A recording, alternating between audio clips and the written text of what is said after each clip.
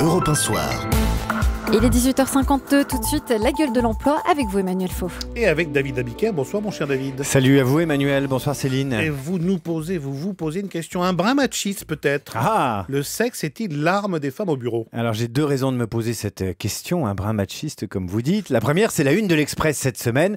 La une de l'Express qui a beaucoup dérangé et qui dérange beaucoup, et les féministes, et les femmes, et puis ensuite sans doute quelques hommes, mais qui va sans doute faire un carton dans les kiosques. L'Express titre ainsi cette une scandaleuse: femme, l'arme du sexe. Tiens.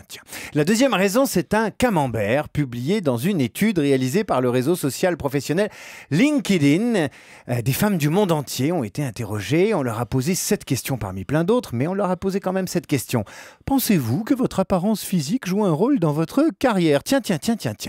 La majorité, 49% des femmes interrogées, a répondu qu'elles étaient conscientes de leur apparence physique avantageuse, mais que ça n'avait aucun effet sur leur carrière. 22% ont dit: circuler, il n'y a rien à voir, mon apparence physique n'a aucun effet sur ma carrière. 15% ont répondu: je suis consciente que je fais de l'effet et cela a un impact décisif sur ma carrière. Et enfin, 12% ont expliqué qu'elles ont pu se servir à certains moments de leur physique pour améliorer leur carrière.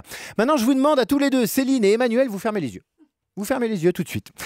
Maintenant, je vous demande de fermer les yeux et vous imaginez maintenant qu'on interroge un groupe d'hommes, poilus, virils, tout ce que voilà, et on leur pose des questions qu'on pose habituellement aux femmes. Donc on commence par celle-ci. Mais comment conciliez-vous votre vie professionnelle et votre vie de famille? Comment restez-vous beau jusqu'au soir et en forme? Être joli, est-ce que ça aide en business et en affaires? Avez-vous le sentiment de devoir votre carrière à la fermeté de vos fesses et à la largeur de vos épaules?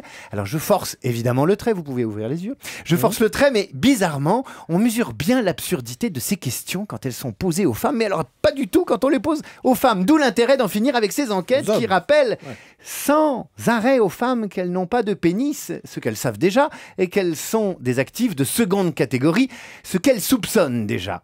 Alors on pourrait aussi arrêter les questions qui suggèrent qu'elles réussissent parce qu'elles ont un joli cul. Par exemple, on pourrait arrêter ça. Voilà pourquoi je vous cite ce soir le résultat d'un sondage publié par le laboratoire de l'égalité. 67% des Françaises et des Français estiment que les stéréotypes sexistes sont une forme de discrimination que les médias ne doivent pas véhiculer. Et 79% pensent que les entreprises ne doivent pas les utiliser dans leur communication. Voilà, j'ai fini. Vous avez bien retenu le message, hein, David, avec ce chiffre. Ah bah oui, bien entendu. Merci beaucoup. Le sondage qui sauve l'honneur, c'était David Abiker.